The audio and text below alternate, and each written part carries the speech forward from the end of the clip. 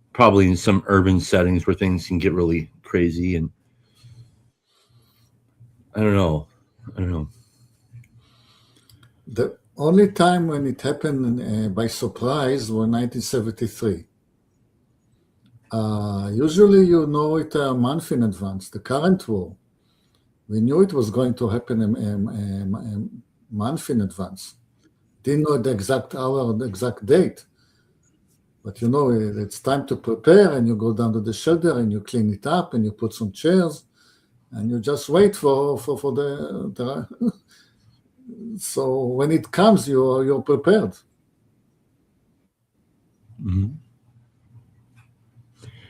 Would you are you able to like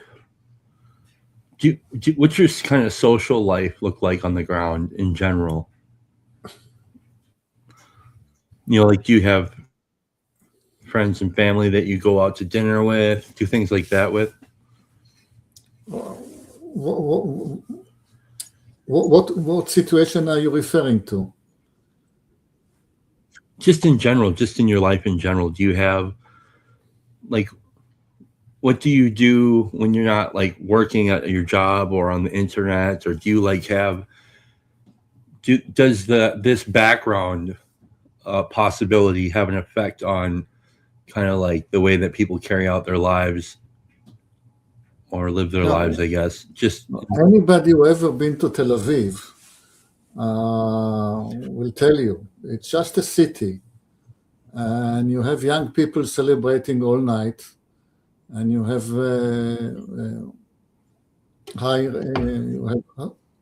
towers of very tall office towers and people going to work.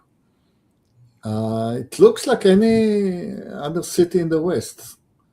It's a bit, I think, more cheerful than in Europe, normally in Europe, because the weather will be great and being on the seashore.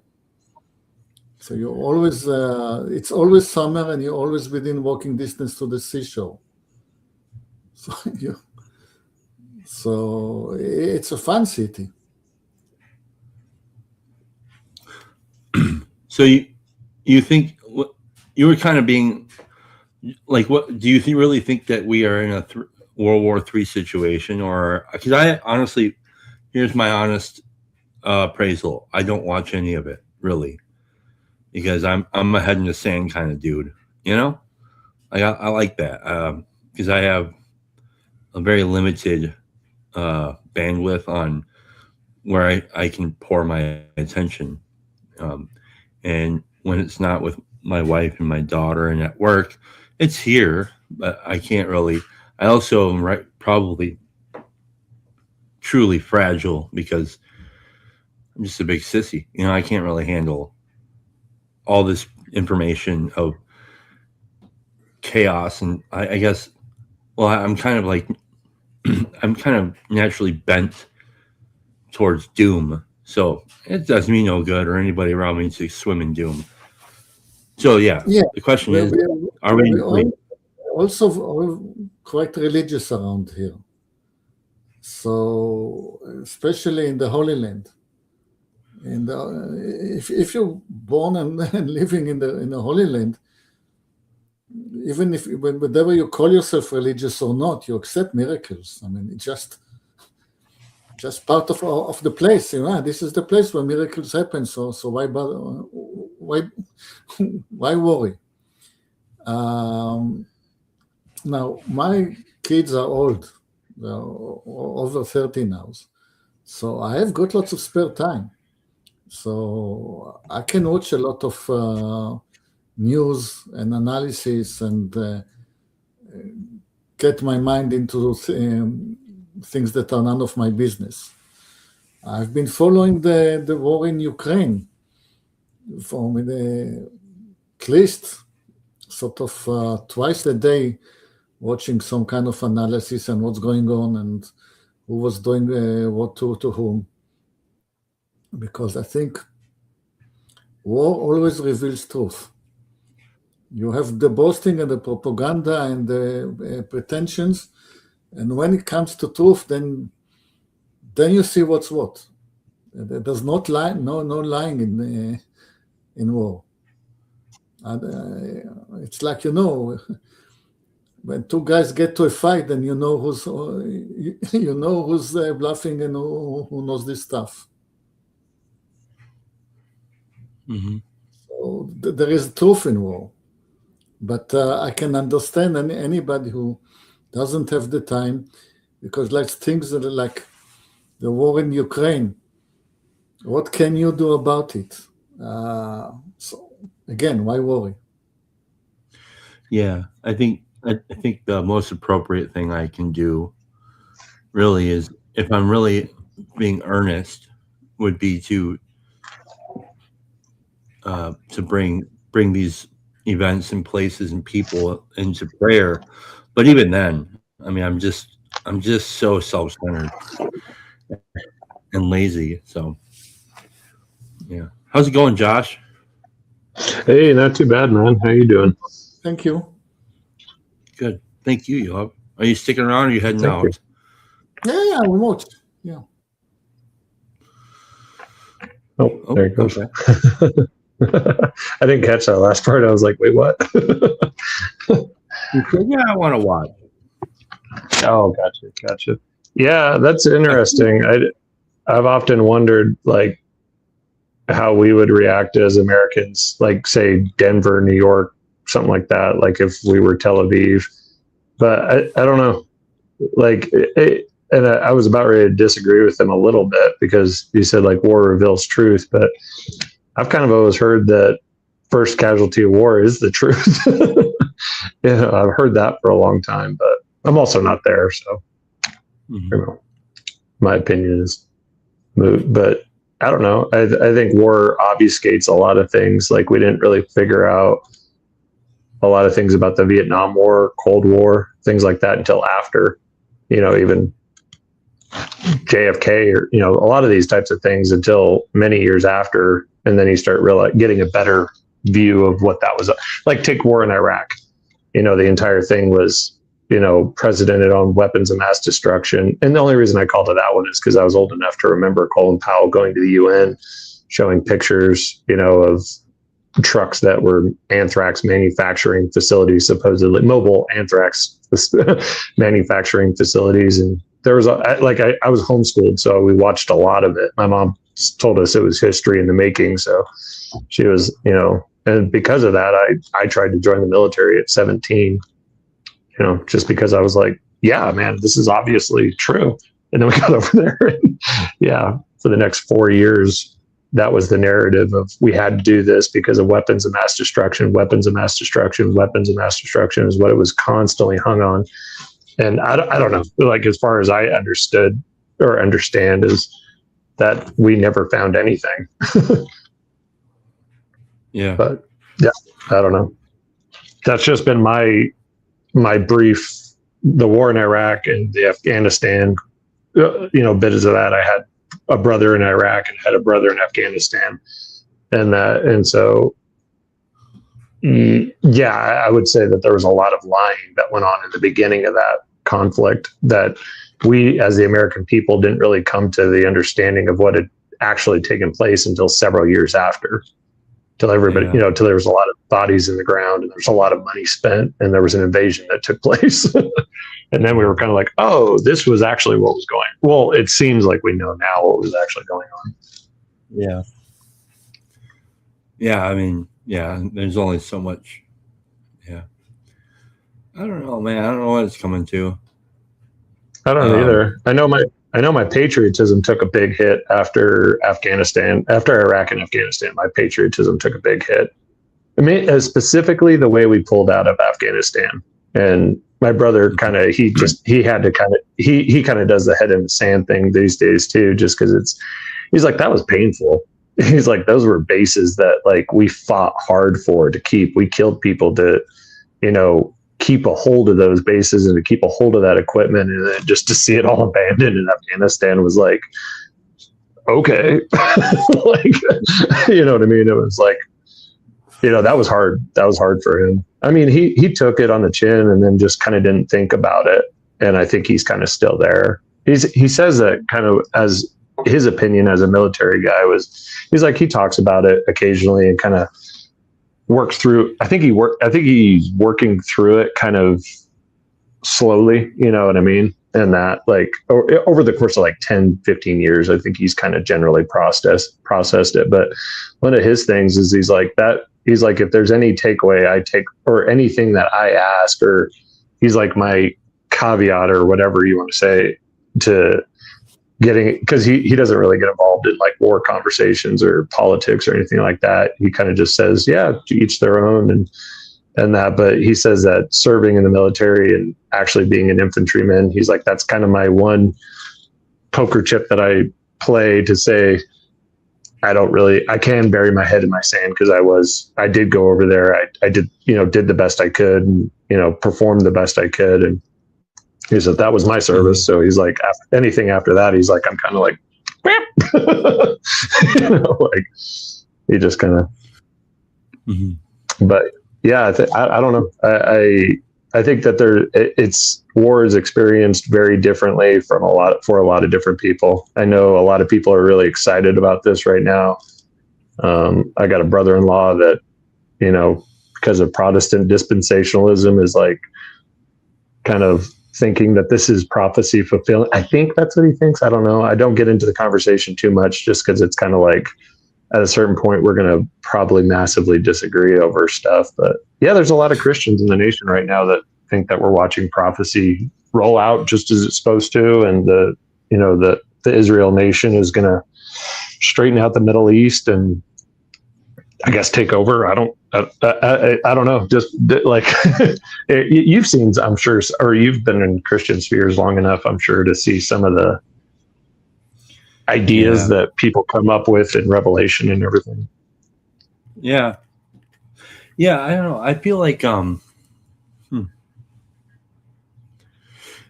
I have a couple of questions. Like, what is a patriot? What does that mean to you? So I thought growing up, I thought that patriotism was doing what needed to be done for the sake of the country. I guess that would probably be like in my head. Like if you made me articulate it at 17 or something like that, I would have been like, well, it's acting in it's participating in America. And I guess what you view her best interests are. So, you could participate in America by being a homeless guy, but I think most people would say that participating in America as a firefighter, as a law enforcement guy, as a military guy, that's really participating in America. You know what I mean? That's certain that you've chosen an occupation where you serve but I don't know. It's interesting you ask that question because like my patriotism has definitely taken a hit, especially after I became Catholic which is interesting because there's a lot of people in my parish that are very patriotic and believe that, we have to do certain things in the interest of America. And I don't see that in the Bible personally, but yeah. Let's see. I'm just curious what just kind of etymological. My internet's so weird right now, dude. It's so bullshit. Even on my phone. Gotta get that Starlink. Patriot, compatriot, from French, indirectly from late Latin, patrioto, fellow countrymen. From Greek, fellow countrymen seems to be, or let's see, one of one's fathers. There's a kind of a fatherland. Yeah, that's what I thought. Interestingly, I think a lot of this, if I'm not mistaken, some of this language, I thought I read somewhere that the word patriot was basically something that kind of was born out of the, what is that? Those Habsburgs, like the Habsburg Empire or something like that. Okay. And oh, what's up, Sam? Dude, Sam, you should come on it. I was thinking about you yesterday, actually. Anyways, yeah, the Habsburgs, and like it was. I can't remember how I started thinking about that because the Habsburgs went through all these different kinds of rulers and stuff like that. And I should have paid closer attention to the book when I was listening to it, but yeah. So this idea of the fatherland, it's so patriot comes from the land of our fathers, and so I don't know. I think I'm a strange patriot. I think when I was really young, is that Mom? Hey, Mom. My mom's in town, so that's pretty cool. Oh, there you go. Way cool. I think when I was growing up, I think I would have been more kind of like, what's the word? Like critical, have like critical opinions about like American empire or like anti-war, anti-violence, anti the things that my generation was kind of grew up on, which is kind of like I was really stupid. I don't think I really didn't have the means that we have now where I could like look up stuff and read stuff. And I don't think I would have even had the kind of gumption to do it anyways, because I think I was more interested in other things. But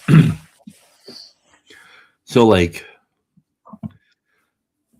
yeah, as I've grown older, like I don't really have like this kind of weird, like I'm not an American who's like anti-American in any way. So, and I don't really know if I'm somebody who really, I've thought a little bit about this idea about like, oh, because I'm a Christian, I should have like this kind of my national identity is somehow not as important as my Christian identity. I don't really think in those terms. I think like I'm just a person who actually has a job. I live in America. I was born here. I have to deal with the shit that happens here on some degree.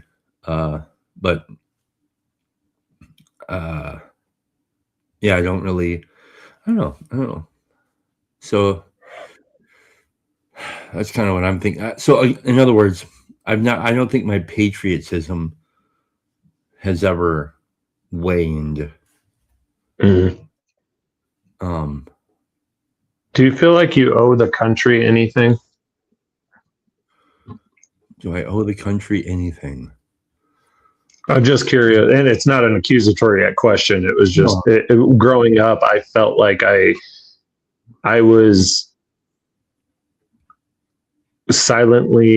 there was a silent contract if you were going to call yourself a patriot. And there was a lot of anti-American stuff. Like if you didn't back the war in Iraq, you were like anti-American. Because I remember we kind of did that with the French. Like the French, they were like, no, we don't necessarily agree with this. So there was a lot of freedom prize. Thank you. Yeah, that's exactly what I was driving towards. Is that like if the country goes to war, am I obligated to back them because I owe this country something? Like, kind of like, for lack of a better way to describe it, your dad gets in a fight, you would back, I don't know, like obviously a lot of fatherly relationships are different than mine, but yeah, like you would end up doing that because that's your patron, that's your father, that's your, anyways, yeah. I just was curious if you feel like you owe the country anything, not as an accusation or anything, just curious as to your thoughts on that.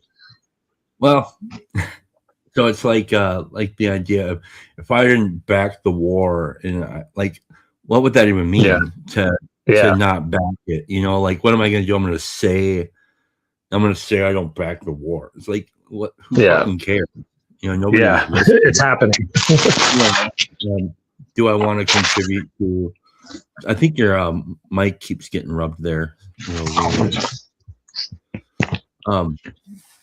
But no, I don't like. I think I'm at the bottom of things. I'm just more of a pragmatist, you know. Like I think that whether I support, like I have a family, I still have to go to work. I have a mortgage, you know. And when I can't just like, even if I were to be, let's say, uh, anti-American, like I couldn't afford to like make a statement and become an expat. That's just retarded. Like, I like for me. Now, if somebody wants to do that, and you think like, I don't support this country or what it stands for, I'm gonna get out of here. And I think, good, bye. I don't know, like, um. So no, I go like, what do I owe the country? Well, I don't know if I really think about it in those terms either, because I think I've felt this for a very long time. Like I could have been born this even before, long before I had any kind of relationship or conscious relationship with God, where I thought, man, what a weird thing to be born in this place at Mm. this time with these gifts. And yeah, it's a lot of shit sometimes, but man, this is really crazy awesome. Like, and so I, I I've never so I've never really felt like I could even express or make payment on something that I would owe, let's say, other than to kind of grow up and be responsible for my family. And that's how I'm able to pay my debt or whatever, you know. And um, so, in other words, that's how actually I understand the word gratitude. It's more about the actions I make versus the things I protect. I proclaim that I believe. What's up? What's up, Mr. Cosmic? Hey, how are Hey, you? Man, it's damn good to see you, dude. Yeah, I can Um, tell I'm getting fuzzier. I haven't noticed that. fuzzier. Oh yeah, you are fuzzier. I got less fuzzy I know. overnight. You look like a professional dad. Yeah. So yeah, I don't know. I never really thought of it again in those terms. Like I don't know. Maybe I have like a really kind of sloppy relationship with theology because I feel like I can get myself into a bunch of bullshit weeds by trying to think my way through like, you know, a lot of different things rather than just kind of like have a very sloppy, simple theology of kind of try to do the next right thing, make amends when you fuck shit up, um, try not to fuck shit up, and nothing is what would be like nothing is guaranteed. So you know I can do all the right things and still feel like shit. Like that's maybe my theology. You know, sometimes I do good, I feel good. Sometimes I do good, I feel bad. Sometimes I do bad, I feel good. So mm. it's like it's a matter of I think just kind of um, trying to be accountable and not really trying to overthink shit too much.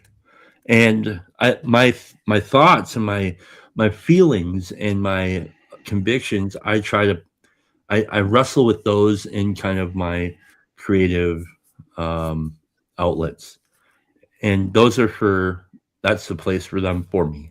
Um, it doesn't mean that I get any answers about it. So, what do you think, Cosmic?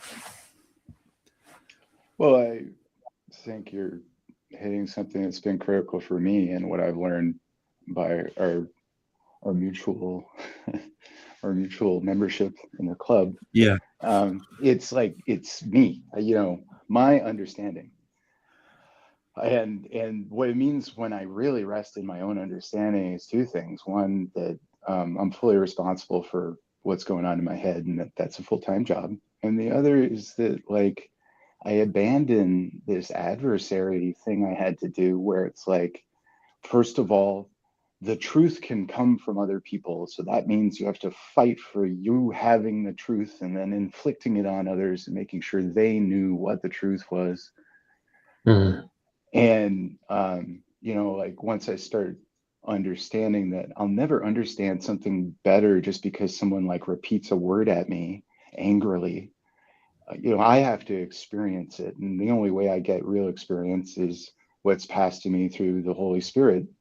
And I don't mean that like I'm running a seance. I just mean that the indefinable mystery of life gives me experiences.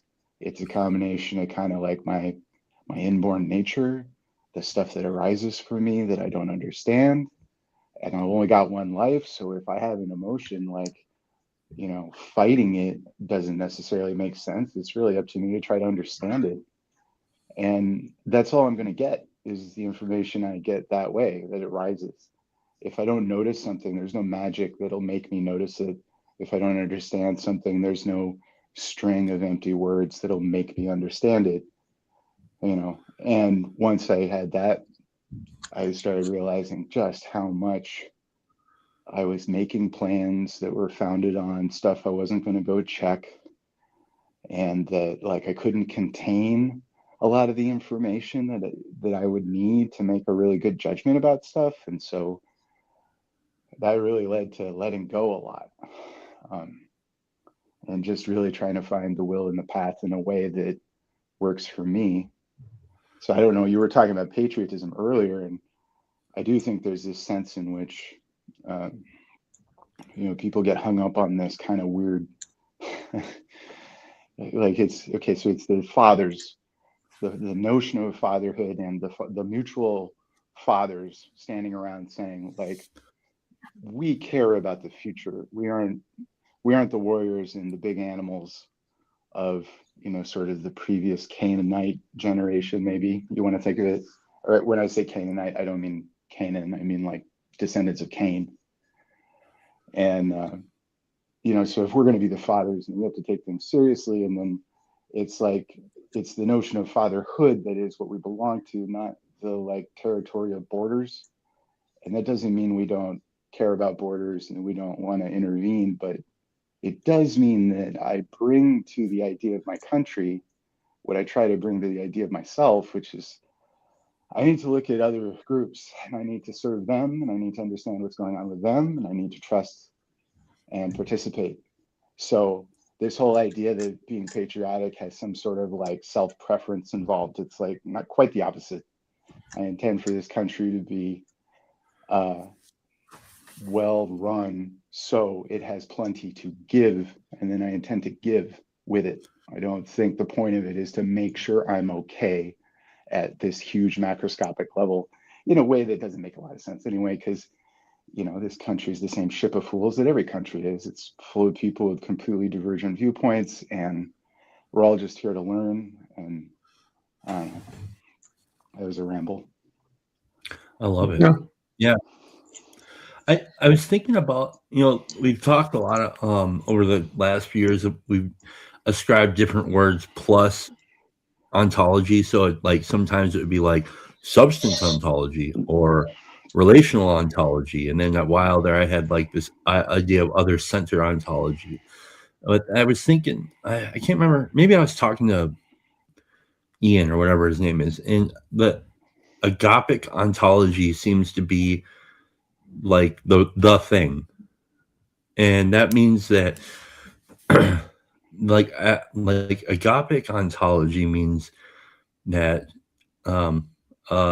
lack of perfection on my interaction with it is written into the rules of that, right? Something like that. Like I'm going to in some sense fall short of my capabilities to serve even to the degree that I would like my ideals to be expressed. Like I'm not going to ever be perfect, but I still like, that's why I kind of like also like the daily idea, like just for today idea, and today I'm going to try to do that. And then when I fail at doing that, I'm going to try to do that again today but yeah, it's interesting. Mm-hmm. Yeah. It's like what else is happening? The timing thing. Yeah, the Well, what you just said made me think of like the notion of resurrection. I feel like it's a computer kind of idea almost, where I crash and reboot. And the times when I need to do that is when something's building up and I'm just holding on to it. Like it didn't work. I didn't get it, whatever it was. And I'm holding on to it and I'm mad about it, or I feel like a failure. And all of that's just a burden on starting over and serving. You know, let's start over. Where was I? I boot up into, attending, listening, realizing what can happen, not what has happened that I didn't like or whatever. Abandoning good bad thinking, like good bad. I'm really wondering if they serve any purpose, or if it's just like something. What good and bad remind me? It's like I have to pay attention. If I'm thinking in terms of good and bad, I have to pay attention more, because that's not how the world works. On some level, the unity is all good. The bad is I don't understand, or the bad is my interior sense of where the feeling of warning and danger comes from. And fear is just yet another thing like I ought to transcend if I'm attending and serving. So, yeah, I mean, I like what you were saying. Yeah. That's one day at a time, one moment at a time. Yeah. Even if we were like in Yoav's position where we, let's say Tel Aviv is in our backyard tomorrow, like I wonder, I do wonder sometimes what an event like that what kind of an effect it would have on our actual lives and the way that we walk through our daily life, what kind of disruption or maybe even what kind of a boon towards unity that would bring. I don't want to like cast any spell to say we need the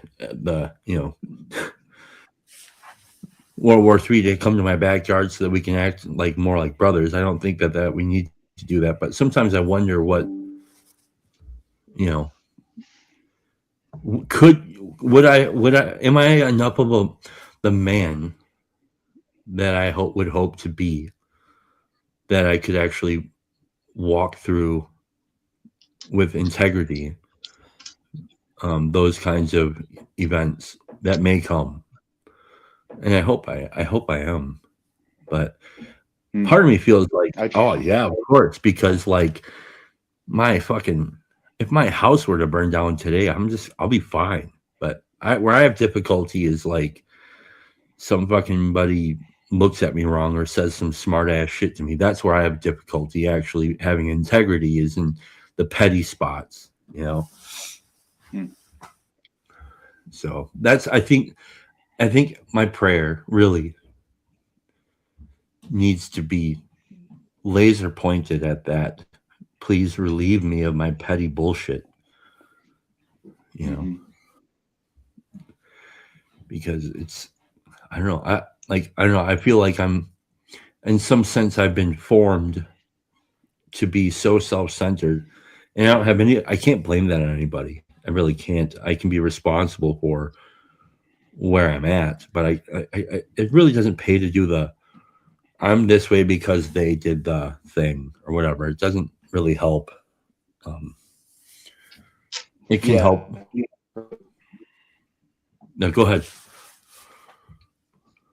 Well, I mean, when you bring up Tel Aviv, it's like, I'm Jewish, and so I've had to think about this stuff, and part of it is like I'm roped into the group, and not just that group, it's Russian Jews, so that's even more complicated if you want to get into it. But I realized at a certain point that everything about that tradition seemed like a honeypot for people who had the wrong idea, that the following of the rules is done wrong. It seems like everyone who's left in the core religion is doing it absolutely backwards. It makes no sense. And it's abundantly obvious to me from reading the Torah that if you're busy worrying about whether there's cheese on your hamburger, you've absolutely fucking missed the point. Those rules were meant for you to focus on your humanity and to see kindness as something that animals were owed. That's the kosher rules. That's not, and there's even some tribalism shit in there about like, You know, who were these people? They were shepherds. And so what did they distrust? Well, they distrusted the people who lived on the ocean and ate shellfish, you know, something like that, like weird, just food obsession stuff that every kid has and many people retain into adulthood. And then they think that that's what they're supposed to be following. I get real frustrated with this person I know at work who won't eat chicken on a pizza because it's cheese and chicken. In case anyone doesn't know what the rule is do not cook a animal in its mother's milk. So a lamb or a calf, right? So just to also review the biology, chickens don't fucking make milk. So it's absolutely the wrong thing to worry about. And then here's the other thing, like what they will do is eat chicken in an omelet. So even if you were going to use this much imagination, you're still wrong. And then there's just the fact of like, you know, we are in the covenant. We are meant to serve and to be a shining light. And so what do? We dress the same and we get together and we cut ourselves out from the surrounding people and we hold ourselves above and apart. And then in the most extreme example, we think of ourselves as this like group of hunted, persecuted people, and we must return to the homeland and reclaim it at all costs. And no expense is too great to hold on to this stone that was built. And it's like, again, the temple was not a building. The temple was the nature of existence when you served in the kingdom and took seriously every day's labor of service. Like there is no temple. There are no statues or even just like formal columns that are decorated, or even, you know, like even the Torah is a bit suspect as a kind of idolatrous enterprise. The temple was a way of being, in the same way that Christ updates it and says, go into the prayer room and deep inside. And that's where, you know, your service comes out. And so I am always with you. You are always equipped. Just go forth and do it. And you will find out for me what you need to do. You do not have to like go to a building to find out. You don't have to go to a person to find out. You know, just keep your eye on Christ and follow, or you'll fall in the water. And it's very so here interesting. they are, and they're camping out in this fucking graveyard of old monuments as though that's the place that you need to be. It's just not, you know, walk away from it. Sorry. That makes me really think about this idea that I wanted to talk about for a while. About it's hard to convey this message, but I think we kind of hit it on the head, which is this this idea of spiritual anonymity. It's a message that comes out of the 12-step guys. They come up with this idea of, and really actually it's in the 10 Commandments, I think, of like, don't take the Lord's name in vain, right? It's like kind of like have respect for try to embody having respect for somebody else's honest pursuit of God, I think. And like it's like and I don't mean like anonymity, like in the sense where we don't ever tell anybody what we believe. It's like only when it's really necessary to have a useful communion around that conversation, I suppose. Something like that, you know? Because like even when you were describing the your Jewish heritage, I was thinking, yeah, well, we Christians are like that too, right? We like so Josh is like a Catholic who I think grew up Protestant, and I'm like a Lutheran who disagrees with my even Lutheran church, and then there's like, you know, all these other ones, and they're clearly everybody's so dumb. It's like the anonymity of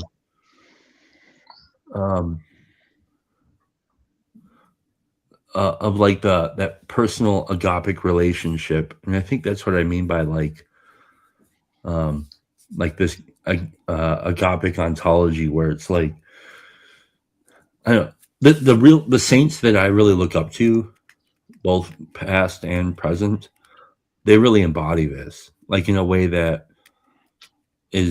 that's really so inspiring, you know? And like the opposite of that is so offensive, I think, to everybody present, right? So like when you see somebody acting out like out of line, I don't care if they're on your side or not. It's like, dude, what are you doing? Stop doing that, you know? And I think most of us probably have that feeling, I think, in general. So I don't Yeah. know. Yeah, well, and it's like I noticed the anger, and I apologize. And it's also funny how one of the Sermon on the Mount bits is like call someone a fool, and that is what leads to murder. That's how it starts. That sort of brutal criticism instead of, really what I try to do. I should have said this instead, which is more real, which is what I try to do is what you were talking about, where it's like, I don't know what it would have been like for me to be there. And I have to trust that they're doing their best. And I have to trust that God has everything set up so that people will learn and they will serve one way or another. And they may make it more painful than they need to, but I don't even know what that means. The process unfolds. His will be done.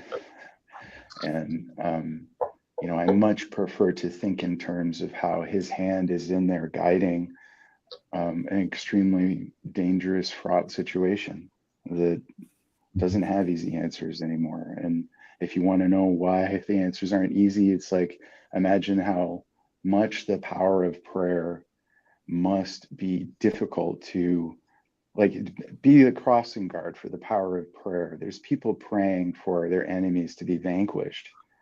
And, so how does one attend to that with the agapic ontology? Like, how does love function when it's attempting to reroute hate? And that's kind of all it has to work with. I really think that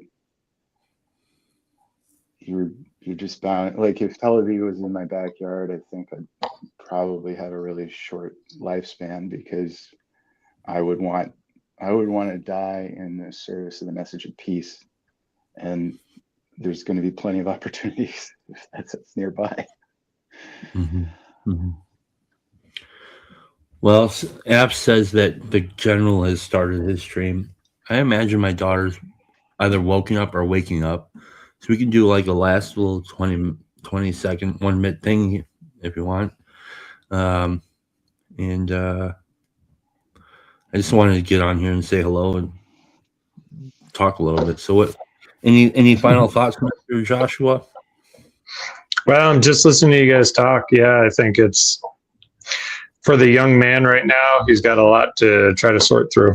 And for the old man right now, he's got a lot to sort through. So I think that all generations are kind of scratching their head right now. But there's a bright and beautiful day on the other side of this. I mean, that we're promised that in scripture that, anyways, yeah, 20 seconds. That's all. It just, I don't know. It just growing up in America and my experience, just having friends, brothers and friends in the military and stuff like that. I don't like what I'm seeing on TV, but it's not for me to, I'm in no measure of control over it, and like we've talked about before, the next best thing, be a good father, be all these things. But, and I think keeping for me as a Christian, I think keeping the gospel message of like what Cosmic was talking about, looking for those places to serve and be of most use and things like that. But yeah, there's a lot going on and a lot to sort through. Yeah. I don't have any final thoughts other than to say I really appreciate you guys coming on. You got anything else you want to share? Well, the funny part was I wanted to tell you this, so I'll just do it here. I got baptized a couple of weeks ago, and the weekend it was supposed to happen, my appendix burst. But I asked for it because I firmly believe that the purpose of baptism was that originally you were supposed to be immersed, and just long enough for you to realize that your life is his to take and to give back. And the modern baptism is nothing like that. They just sprinkle water on you, and it's like, anxiety about standing up in front of a crowd is not a near-death experience. So I was just like, yeah, this isn't going to count, you know, in the back of my head. And then look what happens. So I got to the hospital, and afterwards the surgeon told me it was in pieces and it was gangrenous. And it's like, oh, I really needed this. Okay. And I just had to surrender and let my wife take care of me and all this stuff. And it's like, thank you, Lord, for an experience I don't have to repeat. Amen. That's Wow. a good story. That's a great place to send us Yep. off with. Thank you. I appreciate you, man. I Love you, appreciate man. you both. Yeah, I love you too, man. Adios, brother. Love you right. too, man. Everybody, have a good Adios. evening. Adios.